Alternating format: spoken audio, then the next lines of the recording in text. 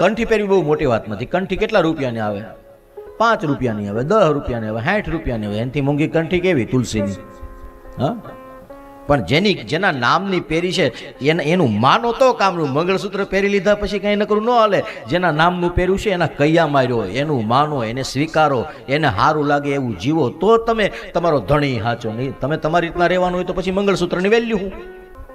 Same એવી જ રીતના કપાળમાં તિલક, ગળામાં કંઠી પહેર્યા પછી જેની તમે કંઠી પહેરી છે, જેના નામનું તમે કપાળમાં તિલક કર્યું છે, એની આજ્ઞા માર્યો, એના નિયમોનું તમે પાલન કરો, એની મર્યાદા માર્યો. એ પછી પુષ્ટિ સંપ્રદાય હોય, હવેલી હોય, ગમે તે હોય, પણ જેના નામનું પહેર્યું છે એની મર્યાદા મારીને જીવન વ્યતીત કરો તો.